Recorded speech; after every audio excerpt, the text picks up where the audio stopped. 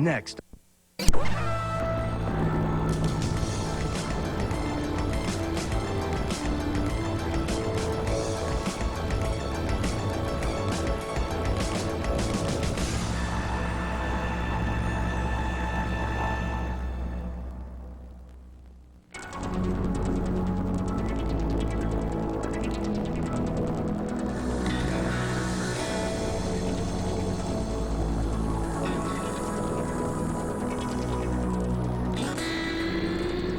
Martial arts. Prior to the 1950s, they seemed mysterious and so foreign to Americans. Only judo, with its tossing and tumbling, could claim a following outside Japan. The other disciplines were virtually unknown.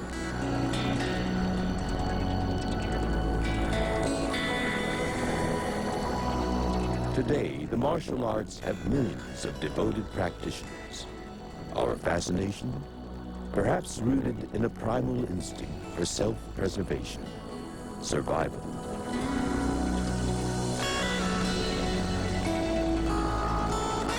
Yet the martial arts speak to human needs beyond the physical, mental discipline, spiritual serenity. Students follow time-honored traditions, testament to ancient warriors and holy men whose fighting arts played crucial roles in history.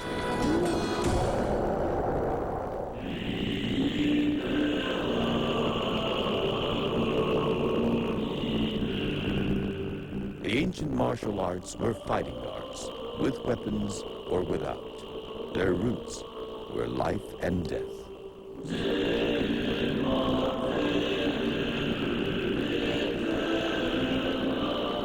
The earliest martial arts started right along with the development of language. Very crude, simple methods that were developed by ancient people, mainly for protection against animals and other people. They developed out of what was at hand, for example, the sticks and stones that were laying around, or just the human body itself, the fist or the feet.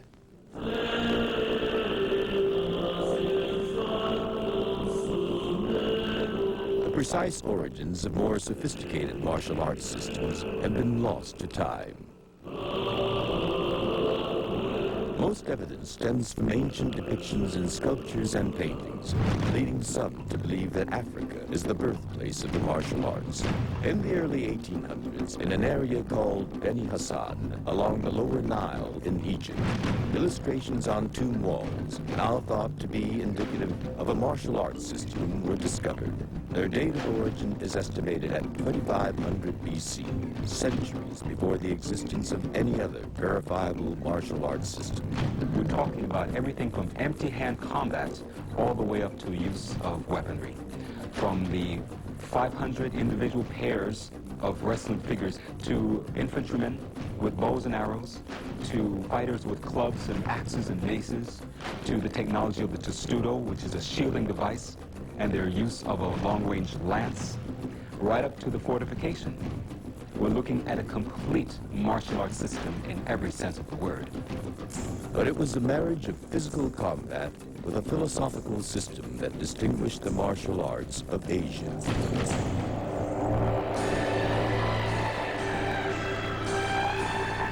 Most martial arts practiced around the world today have come mainly from China, Korea, Japan, and Okinawa.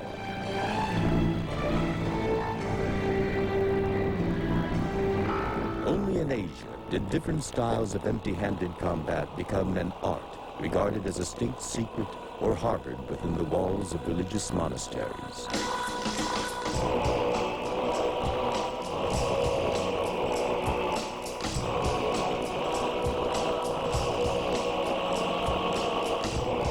Legend has it that in the early 6th century, Bodhidharma, an Indian monk and Buddhist missionary, began a long trek from western India to China. There he would preach Buddhist doctrine. Ultimately, his journey took him to the remote Shaolin Temple in central China. The Shaolin Temple was founded in 495 AD in the Wen Dynasty. and Bodhidharma came to the temple in 527 AD. He taught many things at Shaolin: Buddhism, philosophy, meditation.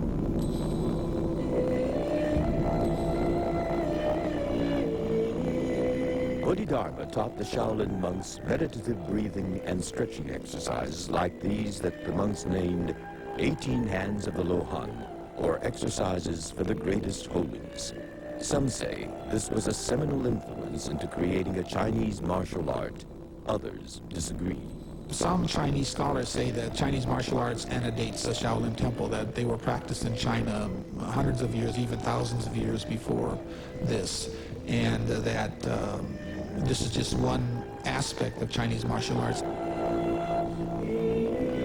According to legend, the monks developed their exercise routine into a martial arts form that allowed them to defend themselves and their mountain temple against bandits and warlords.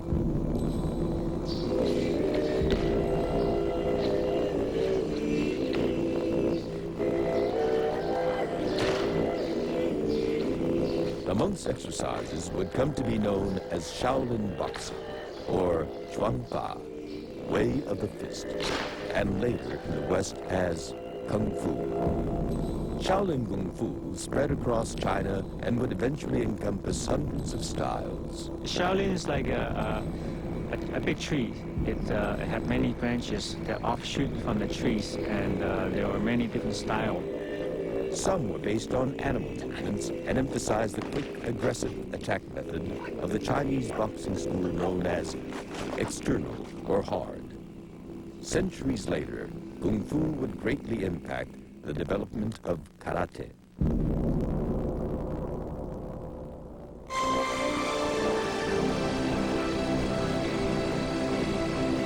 In 2nd century Korea, the supreme Buddhist monk Wong Kwang Popsa created a strict philosophical and moral code. Along with intellectual pursuits and martial arts, the code was taught to the sons and nobles in the kingdom of Shilla, one of 3 ancient Korean provinces. They are what we still abide by today, the Hwarang Ogye. Loyalty to country, filial piety, trust and brotherhood among friends, never retreating in the face of the enemy, and mercy in killing, discriminate in killing, never take a life without a cause.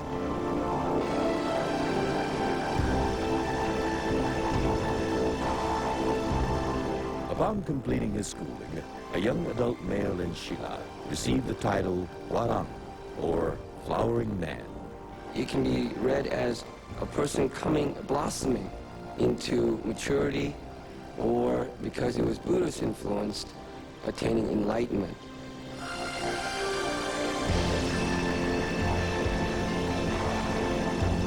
The 6th century Hwarang fought and succeeded in uniting for the first time ever ancient Korea's 3 provinces.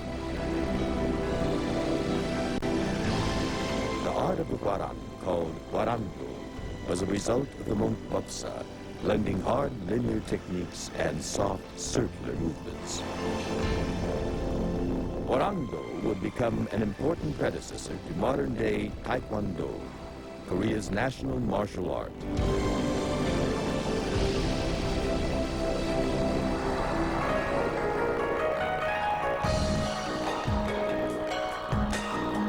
Most of Japan's ancient martial arts were established with or developed from a samurai tradition beginning in the 9th century. A samurai, one who serves, was born into the samurai class and trained from an early age to become a warrior. By the 15th century, a samurai's duty was to carry out the fighting orders of a feudal lord to whom he had pledged loyalty. One domain was trying to take over the other domain, and through alliances and through betrayal and fighting, they were all vying with each other. Bushido, a code of ethics similar to that of the Hwarang warriors, was formulated to help the samurai become perfect warriors. They studied bujutsu, or military arts. These included the use of the spear and the bow and arrow, as well as horsemanship. The true symbol of the samurai, though, was his sword. the sword was considered as the soul of the samurai, so that was his most important weapon. That was the weapon that he carried by his side at all times, and actually that was a weapon that he wore that symbolized his status as a samurai.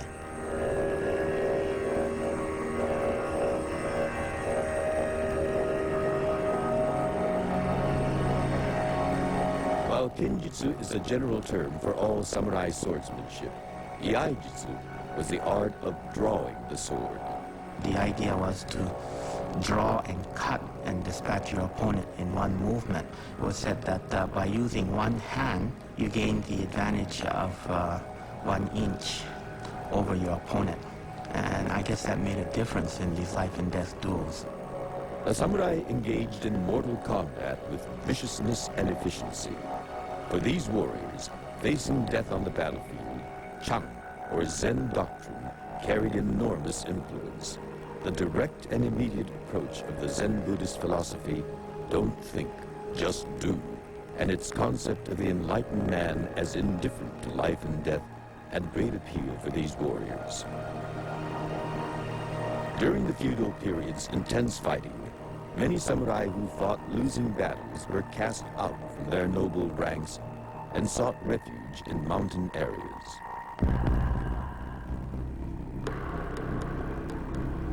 Under pressure from government forces that would destroy them, these warriors perfected secretive martial arts techniques and developed special weapons to become the world's first practitioners of guerrilla warfare. Ninjutsu is the art of stealth, and the ninja were feudal spies. What they were well known for was having a network of people, so they knew what was going on, when, where. They could use this information then to set up systems to protect their communities when other invading troops were making the plans to invade. The idea was to be able to go in somewhere invisibly, know what was going on, and then move away. So maybe like a modern James Bond story where a person would disguise themselves as a cleaner-upper, or disguise themselves as a mail deliverer, or disguise themselves as a caterer, whatever it would take to go into an area that would otherwise be guarded, get the information, and come out. The ninja became legendary. The ruses in which they dealt led common people to fear them and hold them in awe.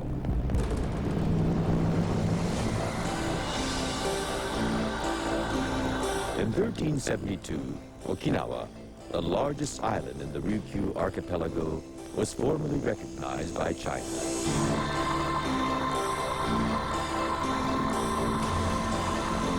Later, as a gift, Okinawa received a permanent colony of Chinese craft people and their families, including Buddhist monks and others skilled in Chinese martial arts. They began teaching the Okinawans.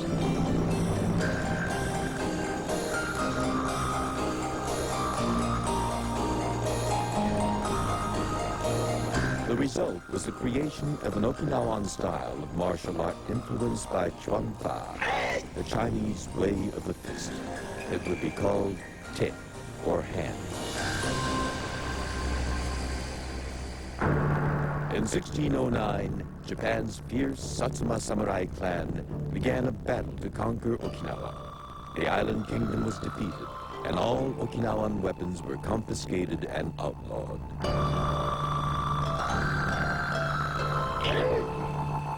The natives, for their own protection, were forced to improvise methods of weaponry using simple farming implements such as sickles, staffs, and millstone handles. This was called kobujutsu, art of weapons.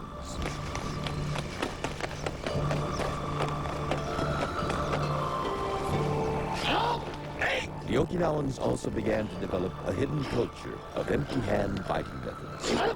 They had to practice secretly because if they had been found out, they would have been executed. So they would practice on the beaches, in the mountains, in the forests, and that has become a tradition also in martial arts. Te, a new form of fighting, would evolve into several styles. By the 18th century, the art characterized by quick darting movements and hard, sharp, linear punching would be known as empty hand or karate.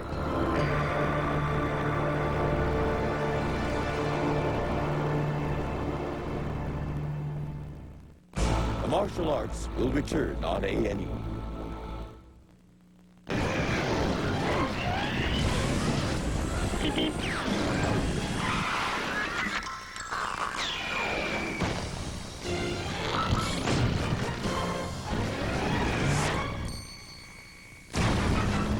With its unique wide track design, the wide track Grand Prix sports sedan provides better cornering and control when you're out for a bite.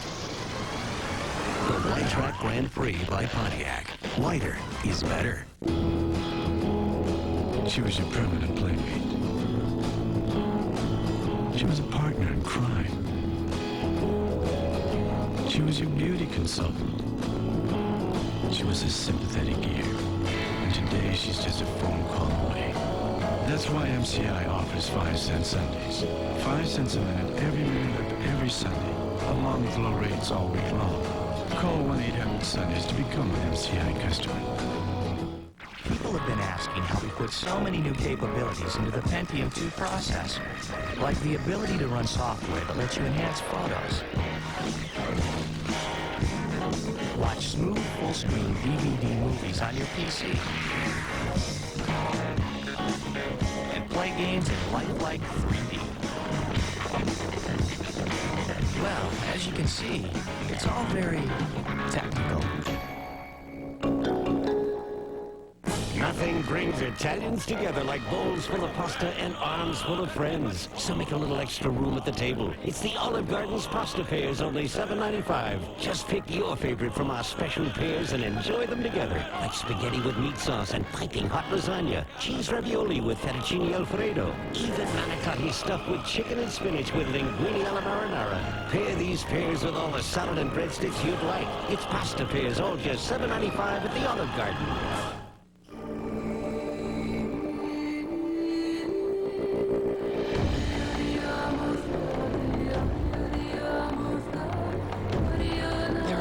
Of reasons to fly today. Only one that matters to you. At Delta Airlines, it is our pleasure to get you to the place you want to be. Delta Airlines, on top of the world. We now return to the martial arts on A&E.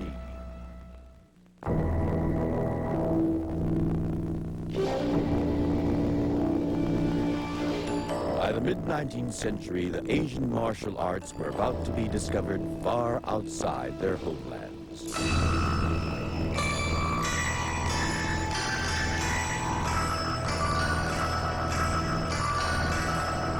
In the mid-1800s, thousands of Chinese laborers migrated to the United States for work in the mining camps and on the Central Pacific Railroad. With that mass immigration came the secret use of Kung Fu, because it was still maintained only by families and not taught to outsiders. There were people skilled in Kung Fu that trained in the work camps at night, oblivious to everyone else.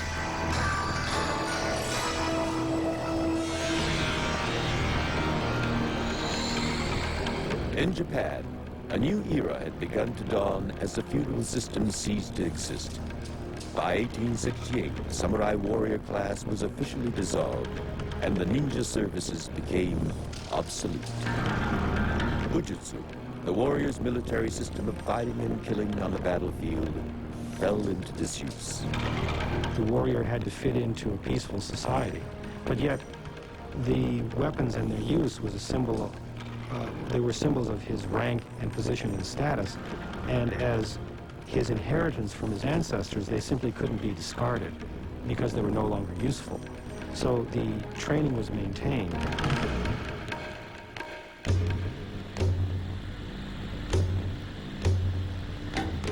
Gradually, a spiritually related system, Budo, the way of fighting, became increasingly prominent.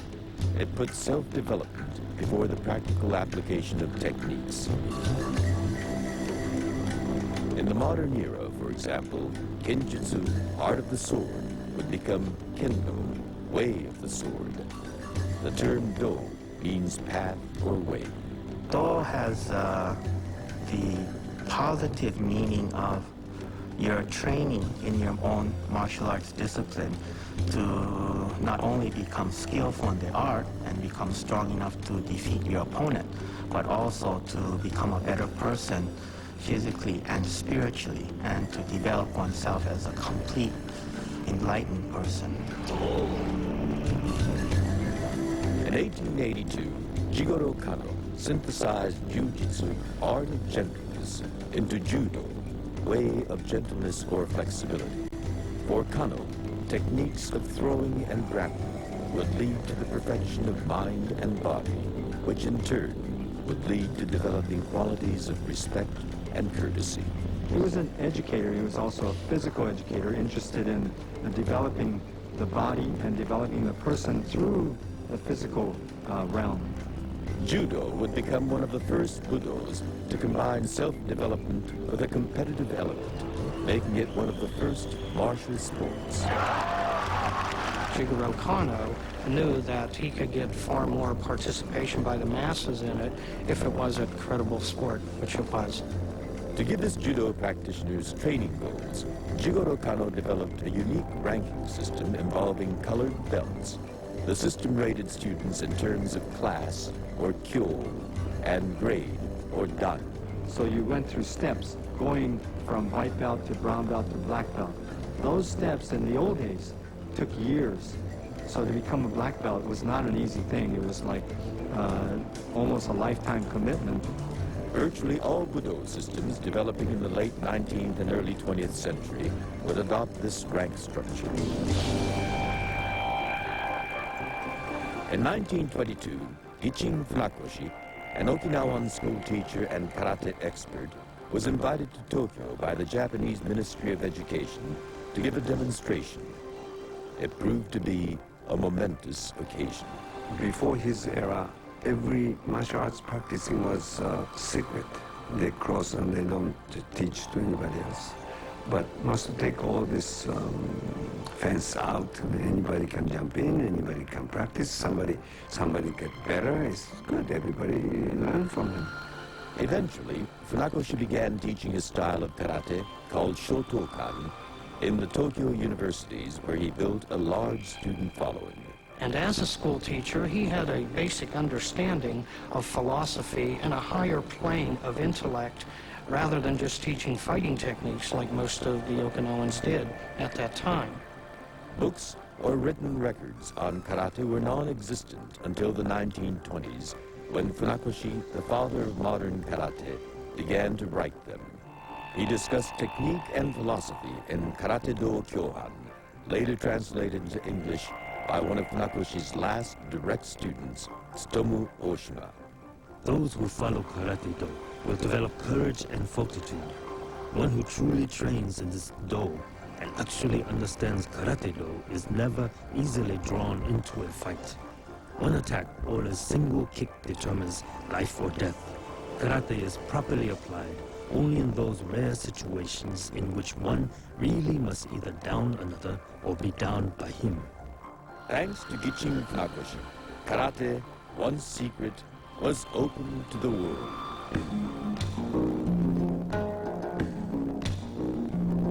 Jiu-Jitsu was introduced to Brazil in the early 1900s by a Japanese fighter, Issei Maeda. My grandfather was a politician, helped the Japanese gentleman get established in Brazil, and then to show his gratitude, he started teaching the traditional Jiu-Jitsu to my Uncle Carlos. In the mid-1920s, Carlos Gracie opened the Gracie Jiu-Jitsu Academy in Rio de Janeiro. But it was his brother Elio who would one day be honored as Brazil's first national sports hero for his achievements in Jiu-Jitsu. My father, I feel, improved Jiu-Jitsu in a sense that when he watched my Uncle Carlos teach classes, and my uncle was using the traditional Jiu-Jitsu from Japan, those techniques were not so easy to apply that would require absolutely no strength. So what he needed to do is to, improve those moves so they could be executed by a small man like him. The Gracie Academy quickly became a training and proving ground for self-defense techniques used by the country's army. Elio Gracie passed on the martial art he crafted to his children, who would one day carry on the Gracie tradition in America.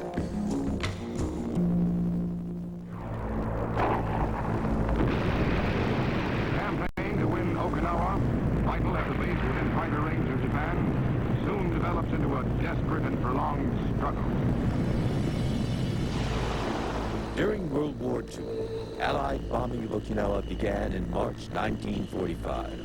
Not long afterward, Allied forces proved victorious. One result of the U.S. occupation was the so-called Scat Ban, issued by General Douglas MacArthur. He prohibited all martial arts training, and so once again, practitioners were forced to meet in secret. In 1947, the ban was lifted, and suddenly, many of the servicemen stationed in Okinawa and Japan began studying the martial arts, a practice they considered exotic. Karate at that time was called the ballet of death. And we got interested because you see these little Japanese jumping around the air, breaking boards, phenomenal feats that we were not used to. As Americans, we're used to standing on our feet and fist fighting. Well, they did it different, and it was very interesting. In 1946 in Phoenix, Arizona, Robert Trias, a former sailor, opened the first U.S. dojo, the Japanese term for a martial arts training hall. As World War II era servicemen returned to the U.S., they opened additional dojos. There, for the first time, many Americans were introduced to the martial arts. By the early 1950s, the armed services finally began to recognize the value of martial arts training. American airmen in Japan taking a flyer at judo. The ancient and honorable oriental art of self-defense is top priority for birdmen of the Strategic Air Command. Believing that martial arts expertise would help their survival behind enemy lines, General Curtis LeMay sent SAC pilots to Japan for instruction. Later in the 1950s, Tsutomu Ohshima was authorized to teach karate outside Japan by Master Funakoshi. He began to give demonstrations in Los Angeles, but the public remained relatively uninterested. American people thought these martial arts people are crazy or abnormal people, or mental cases. But they find out quite normal, good human beings jump into these kind of things, and they train for a long time. After 1950s, people just started to take it as some kind of serious business. Indeed, by the 1960s, the martial arts would undergo a renaissance as Americans began to train in earnest.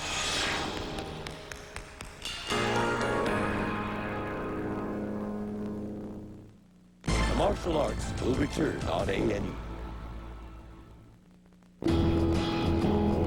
She was your permanent playmate. She was a partner in crime. She was your beauty consultant. She was a sympathetic ear. And today she's just a phone call away. That's why MCI offers 5-cent Sundays. 5 cents a minute every minute of every Sunday, along with low rates all week long. Call 1-800-SUNDAYS to become an MCI customer. I want my baby back, baby back, baby back, baby back, baby back, baby back, baby back. I want my baby back, chilly, baby back, really back. I want my baby chilly, baby back, really. I want my baby back, chilly, baby back, really. I want my baby chilly, baby back, really. I got my baby back. Chili's grills like no place else.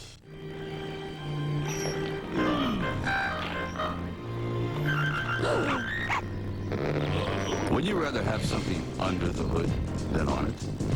This is the supercharged Bonneville, one of the world's most powerful sports sedans, inside and out. It's time for additional luxury, collected some dust. Luxury with attitude. The Bonneville Luxury. The force of a man determined to rise. I want the right. All men are created All men are created A&E black celebrates Black History. Everyone knows that businesses depend on their computers, and when their computers have problems, they need help fast. In my business, service is paramount, and P&A Computer provides that local, responsive service I expect. The P&A service technicians will come to your business to solve your computer problems. I'm a financial expert, not a computer expert. That's why I rely on P&A Computers. Find what you need at PNN. Personal, network, business, or institution, upgrade or repair, PNN Computers. Appliance Center Maytag has been Lompoc's Maytag appliance connection for more than 27 years. Our customers rely on our expertise, after-the-sale service, and affordable prices. Now Appliance Center is an official dealer for Admiral, Magic Chef, and Genair. Save big on this Performa washer by Maytag for just $3.99. Maytag electric dryer starting at $3.49, and we carry Maytag dishwasher starting at just $3.69. Appliance Center Maytag is a full-service department, and we service most major brands. Appliance Center Maytag is located at 620 North 8th Street. We now return to the martial arts on A&E.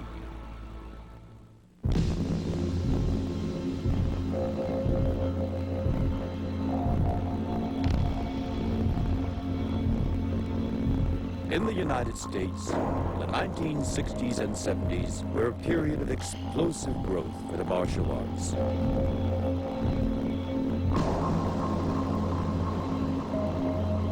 Americans in increasing numbers began training, perhaps bolstered by the liberation movement of the 1960s or by the desire to learn self-defense techniques. Many women joined karate classes for the first time. In early 60s, something changed in the world. Many young ladies jump into the martial arts, and well, first reaction, all men tried to eliminate them, push them back, but they stay there. Then I start to realize this is not a matter of male and female and big and small. It's a matter of mental strength, mental levels. It teaches you to strike very, very hard, where before women obviously are taught never to hit.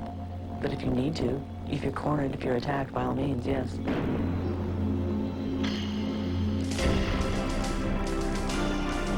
In 1964, a decades-old dream of Judo's founder, Jigoro Kano, became reality.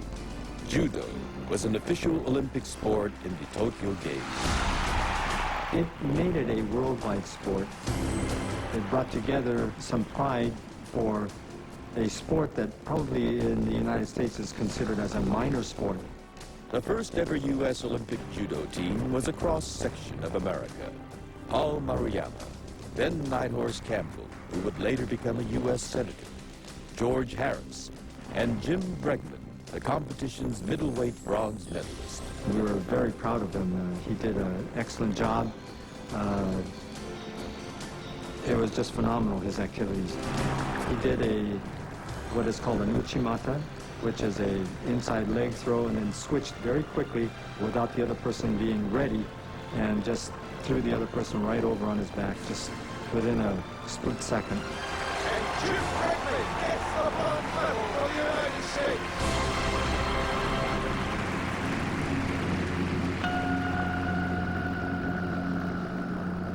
Sport karate in the U.S. emerged in the early 60s along with the first large-scale national-caliber karate competitions.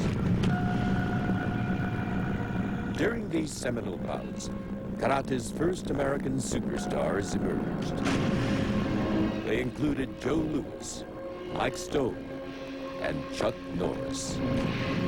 Norris, a former U.S. airman from Oklahoma, had studied Tong Soo Do, Korean karate in Korea. He won every major title in karate between 1965 and 1970. He trained real hard. He went through a dog-eat-dog, get down, get witted in the trenches kind of a workout, and never said, I'm tired. I like that about Chuck. He could kick well and punch well. Up until that time, the Korean stylists were good kickers, they couldn't punch. The Japanese stylists were good punchers, but they couldn't kick. And Chuck was the first guy to come along to do both. From the mid to late 60s, American martial arts gained strength as karate instructors such as Ed Parker began to build personal followings. In Los Angeles, Parker taught a style of karate called Kempo.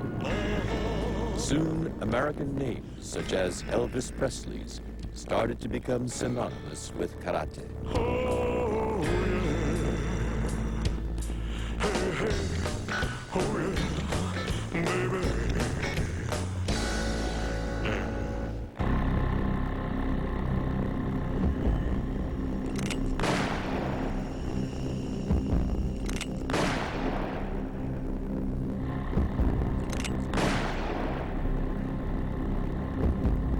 In 1964, Ed Parker staged the International Karate Championships in Long Beach, California. Assembled were some of the biggest names in American karate, but every competitor's accomplishments were overshadowed by a demonstration given by an unknown Chinese stylist named Bruce Lee. Lee was a sensation. The performance of his own version of Kung Fu left a lasting impression on many spectators and practitioners. I was so impressed with him. Even though he was 5 years younger than me, I thought he would be the person I'd love to study under. And he needed a training partner because he was doing a series of Kung Fu demonstrations and cha-cha dancing routines. And he needed someone to be his dummy. So he asked if I would be the dummy, and in exchange he would teach me.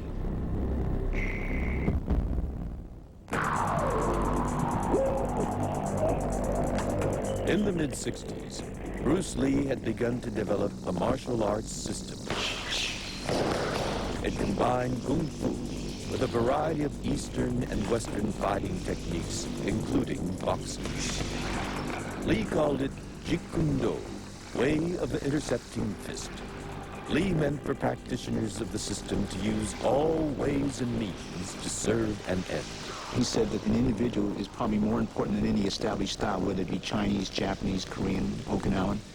So you've got to find out what works for you, and that's not necessarily dictated by a culture. I think he made people aware that there's something good to be found in every martial art. Almost single-handedly, Lee launched a martial arts craze beginning in the late 1960s with his American acting debut as Kato, a martial arts crime fighter in the Green Hornet TV series. Many adults this day can remember their first interest in martial arts through that particular TV series, the Green Hornet or Kato. Motion pictures tied to the fighting styles of Kung Fu have become enormously popular around the world. And one of the major factors in this success has been Bruce Lee, master of the art of self-defense. During the decade of the 1970s, Bruce Lee helped establish an unprecedented mass acceptance of the martial arts in America that has never been matched. In Hong Kong, the greatest Kung Fu fighters in the world are keeping alert under the intense physical strain. There is no other way to make a motion picture called Enter the Dragon. With Enter the Dragon, Bruce Lee mania became a worldwide phenomenon. Lee played a Shaolin disciple motivated to destroy a drug operation. When the movie was released a short time after Lee's death in 1973, it became a huge hit. Action!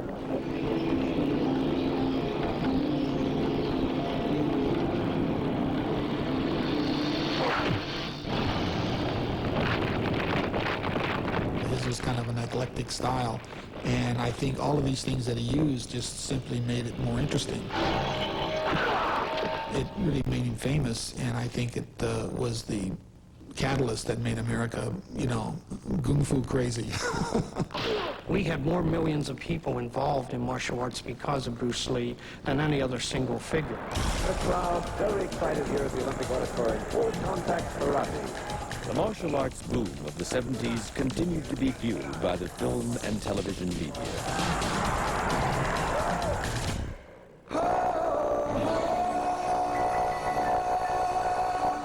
In 1972, the television series Kung Fu starred David Carradine and brought martial arts into American living rooms on a weekly basis. Then, filmgoers in the early 1970s cheered a character named Billy Jack.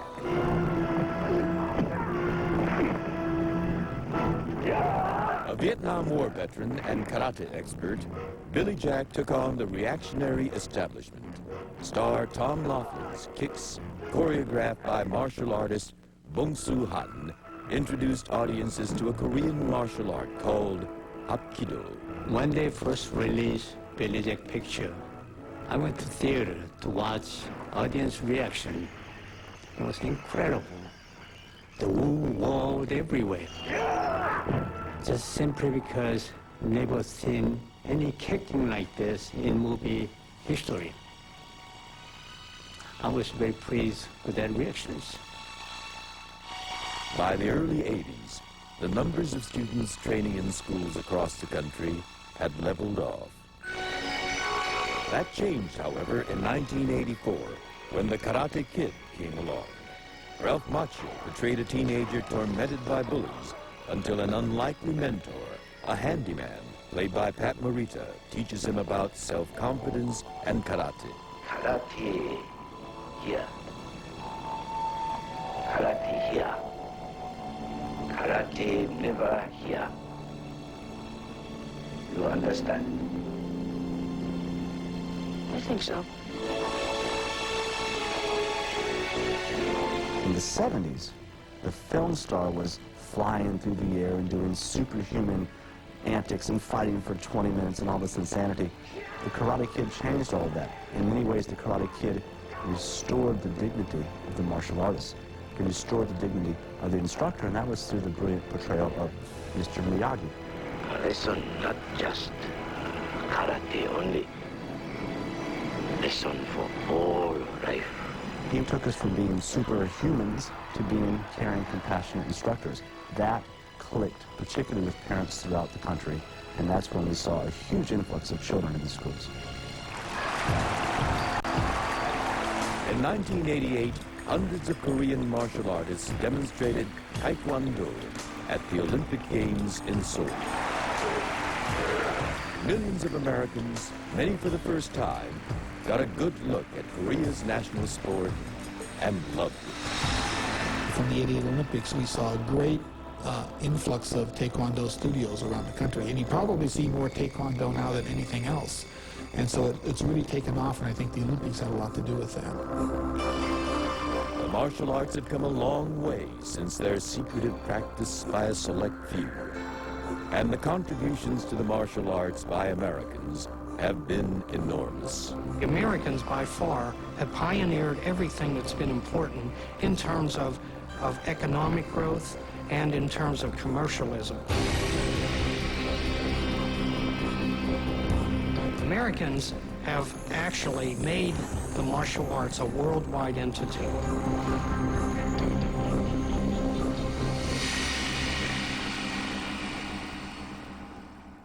The martial arts will return on A&E. Hey, when it comes to the weekend, we figure it's time for kicking back. Yeah, right. Now there's a car that helps your supercharged family take leisure.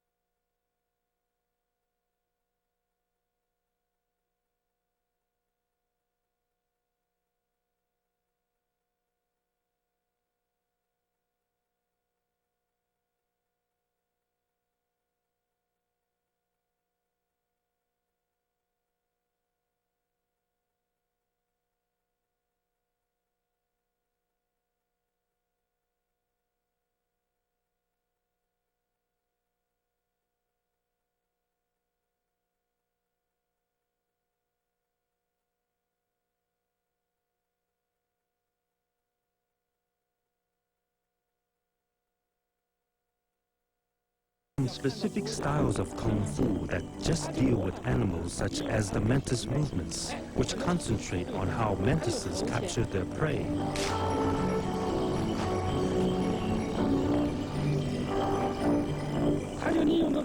And the monkey movements, which use the actions of monkeys to design several fighting movements. As Kung Fu spread throughout China, it began to reflect the physical characteristics of its practitioners and their surroundings. In northern part of China, the people usually are taller, so they have longer legs. So they utilize the leg more, and then the land is more flat, so they can do more leaping and jumping. Southern part of China, the land and landscaping is not as flat. They have a lot of rocky mountain area, and people live in the area usually are shorter, so therefore they would stay on the ground more, so they use more hand and rather high jump and kick.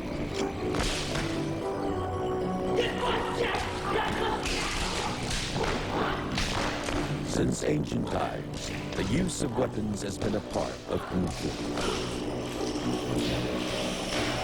Students from around the world study weaponry and other kung fu techniques at the International Shaolin Training Institute in central China.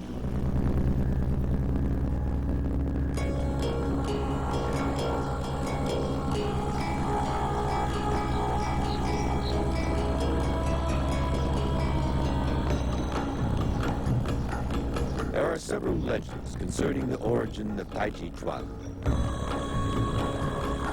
But historical evidence points to a location in central China known as Chenjiago, Chen Village, as Tai Chi's 17th century birthplace.